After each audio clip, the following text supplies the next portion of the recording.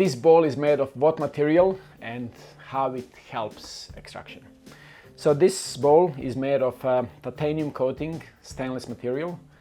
It is 40 milliliters shape, so fairly large size.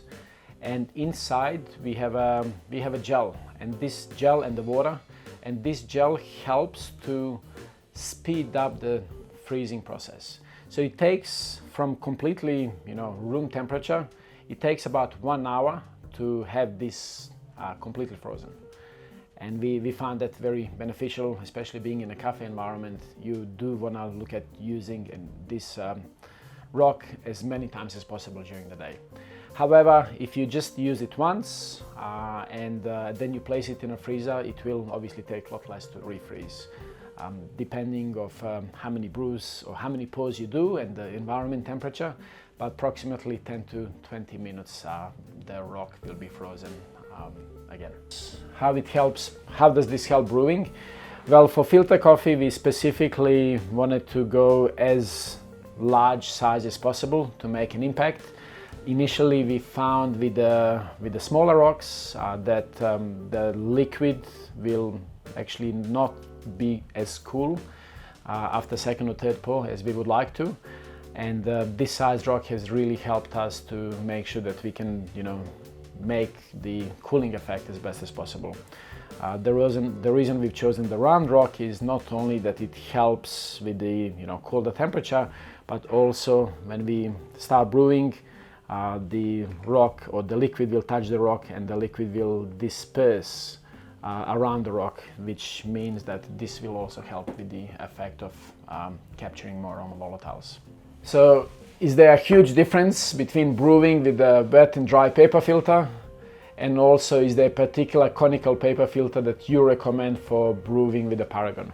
All right, so about 3 years ago, I started doing a lot of brewing coffees with different paper filters.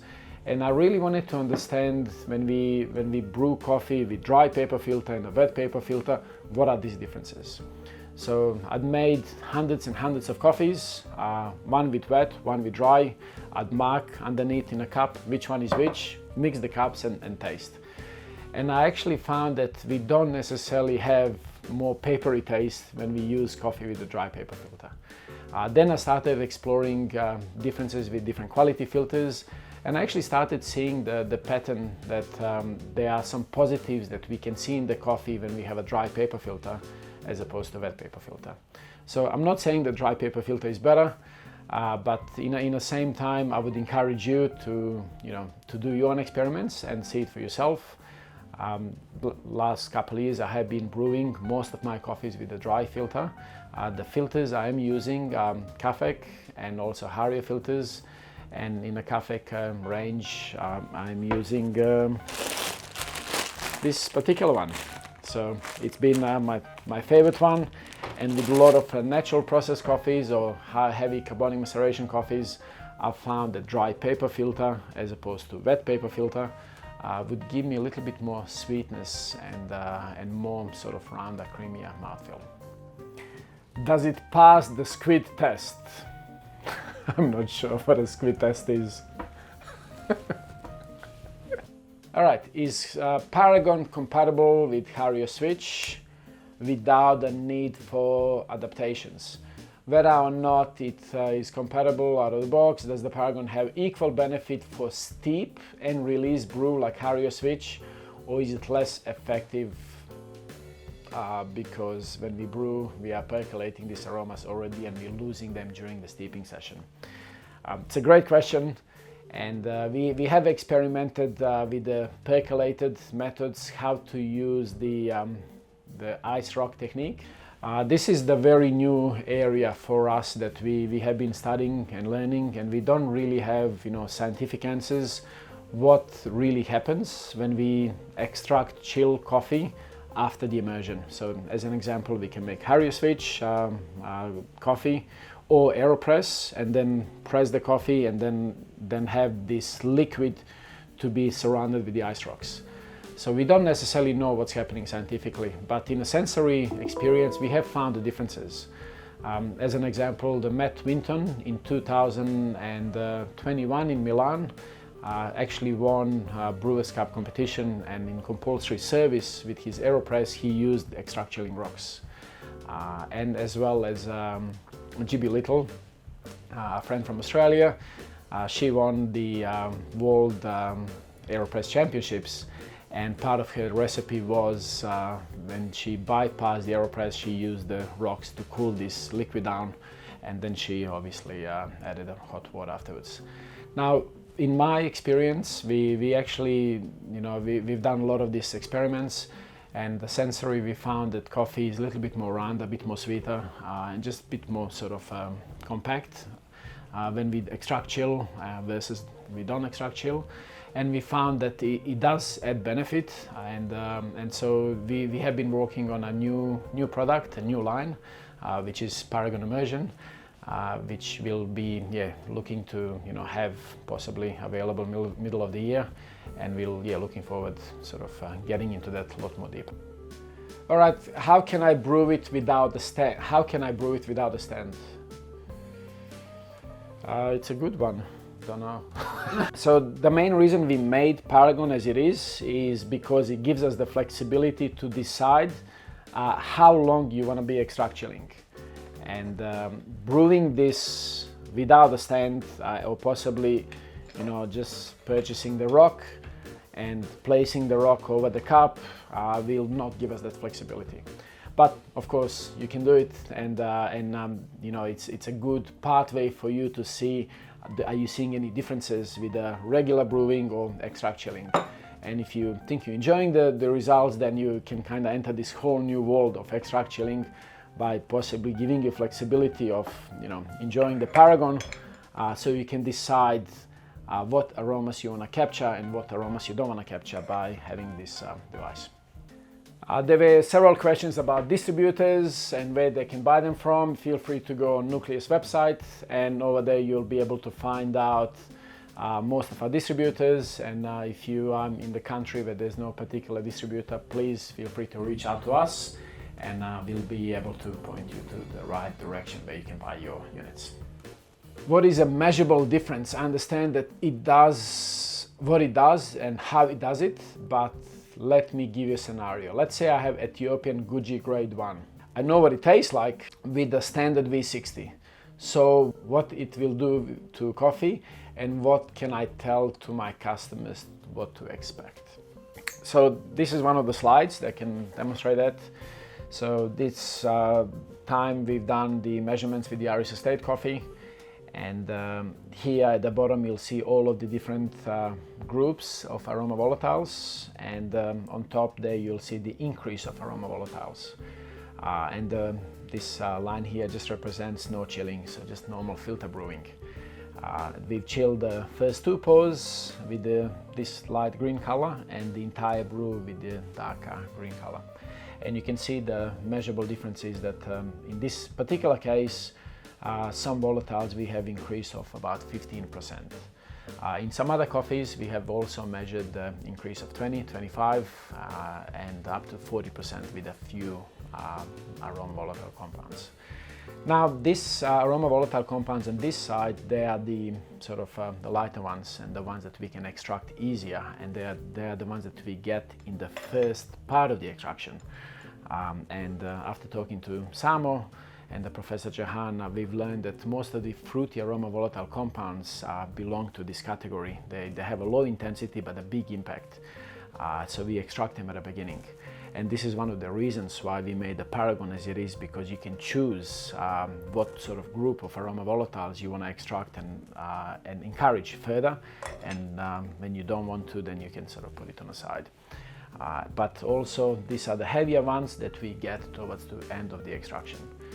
So that's kind of how we measure it. But what to tell customers, I probably would, what we have been doing in our shops, I would make two coffees, one with Paragon, one without.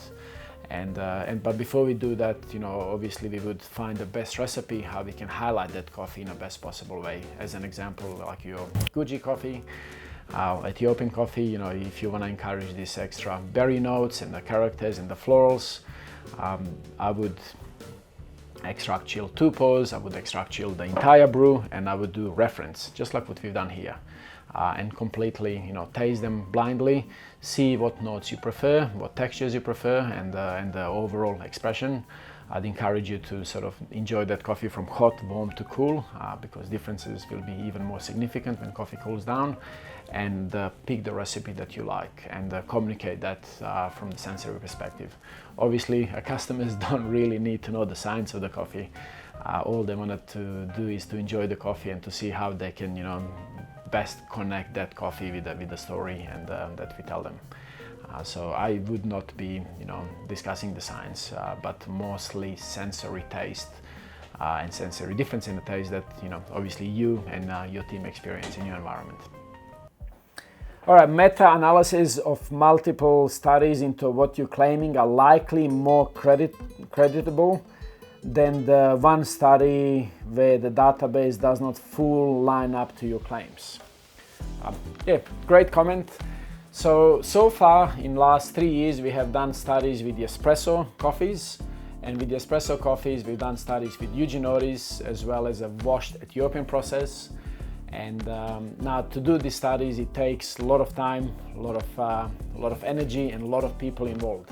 So it's for us it's really hard to be doing the studies with so many coffees. It would be amazing if you have done studies with 30, 40, 50 different espressos.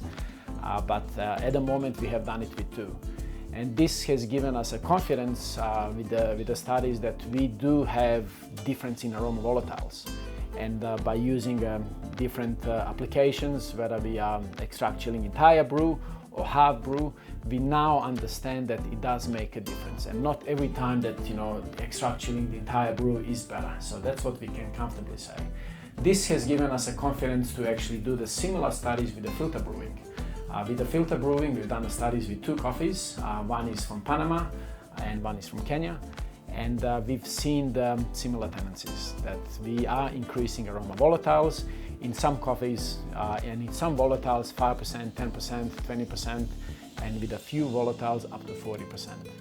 And we've also seen the differences between pouring coffee with 2 brews, 2 pours, 3 pours, or the 5 pours. We feel that this is the beginning of extract chilling techniques and the beginning of the new world. There's so many more things that we need to learn ourselves, and we are discovering day by day, month by month. But we can comfortably say that there is this phenomena that does make a difference, and we don't really know everything yet. And we're looking forward to discovering more in the future and sharing with all of you what we learned in these studies. When is espresso version coming out? Well, we are working on the espresso version as well, so sometime during the year it will be out. Is bowl to be stored in a freezer? Can it be used to make a cold brew fast without using ice? It's a great question. Actually, lately I have been making some of the cold brew coffees with Paragon. What I've been doing is obviously extract chilling, and I've placed quite a few Paragon rocks at the bottom. And that helped me to make that perfect brew ratio without actually using the ice at the bottom. And I found significantly more intense aromatics and flavors. And also more balanced beverage than what I would normally do if I do V60 brewing with the ice at the bottom. It's always a bit of sacrifice. So I'm excited to be tasting more and more of this coffee. What inspired you to swim in this uncharted area? I mean, capturing aroma. This is really unconventional brewing technique. All right, so the story started in 2016 when I've tasted a coffee from Berg Wu, World Barista Champion, in the finals, and I've tasted a Finca Deborah, which I'm very familiar with. But when I smelled his coffee, it has insane aromatics, and coffee had this beautiful, round, silky texture with a big flavor profile that I have not tasted in the espresso before. Now, Berg Wu, as a lot of us would know, has chilled and cooled the portafilters. So we've loved the coffee, it was amazing, we moved on. 2017, when I worked with Hugh Kelly in his WBC routine, again with Finca Deborah. This time we've done the carbonic maceration process, the first whole cherry CM, And I remember Hugh decided to cool his espresso cups. And back then, scientifically, we did not know why, but we found that his coffee tasted better. We had more flavor and coffee was a lot more sweeter and smoother. I remember when we were in a semi-final dial-in, Sam Cora, Hugh dialed in the espresso. Sam Cora had a first sip and tasted it and then passed me his cup. That day, coffee was perfectly aged. And when I took the cup, I go, wow, this has so many aromatics. These aromatics are actually not coming from coffee. So I looked at Sam thinking that he washed his hands with a very intense soap.